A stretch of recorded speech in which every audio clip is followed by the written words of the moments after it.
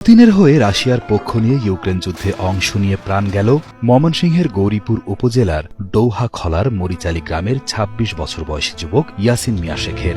আল্লাহ জানে যেন আমার বাবাকে জান্নাত বাসী করেন। বাবার স্বপ্ন পূরণ করতে এক বুক স্বপ্ন বুনলেও সেই স্বপ্ন আর পূরণ হল না ইয়াসিন মিয়া শেখের, বরং পাড়ি জমিয়েছে না ফেরার দেশে। ছেলের এমন মৃত্যুতে বাকরুদ্ধ হয়ে পড়েছেন মা। ছেলের কথা বলতে গিয়ে কখনো আবার বিলাপ করছেন দুঃখিনী মা ফিরোজা খাতুন। আমা তুমি দেখো, তুমি টেনশন নিও না, আমি কিছু দিনের মধ্যে টাকা পাঠাইতেছি। আমার এই মুহূর্তে এই কথাটা কইয়া বাবার কথা কয় না গো। আদরের নাতির মৃত্যুর শোক কাটিয়ে উঠতে পারছেন না বৃদ্ধ নানিও। নাতির জন্য আহাজারি যেন থামছেই না তার।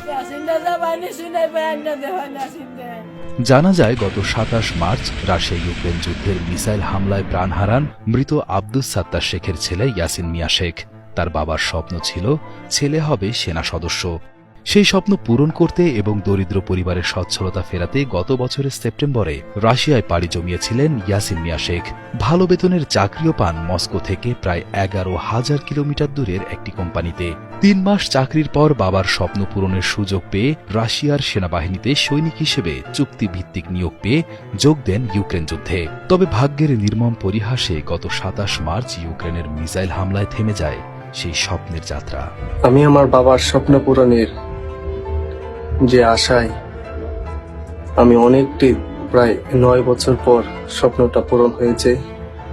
যে স্বপ্ন আমার এই ৯টি বছর কাঁদিয়েছে,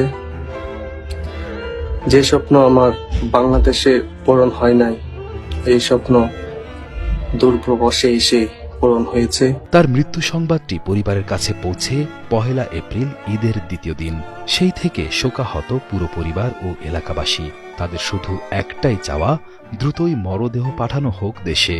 এ ব্যাপারে গৌরীপুর উপজেলা নির্বাহী কর্মকর্তা সাজ্জাদুল হাসান বলেন, বিষয়টি প্রবাসী কল্যাণ মন্ত্রণালয় সহ সরকারের ঊর্ধ্বতন কর্তৃপক্ষকে অবহিত করে সব আইনি ব্যবস্থা নেওয়া হবে। ওনাদেরকে বলবো শীঘ্রই আমাদের সাথে যোগাযোগ করলে আমরা অবশ্যই প্রশাসনের পক্ষ থেকে যতটুকু ব্যবস্থা নেওয়ার আমাদের বিধির মধ্যে পড়ে, আইনের মধ্যে পড়ে, আমরা তাদেরকে সর্বোচ্চ সহযোগিতা করব। নিহত ইয়াসিন ঢাকার পল্লবীর সরকারি বঙ্গবন্ধু কলেজে ২০২২-২৩ সেশনের ডিগ্রির শিক্ষার্থী ছিলেন।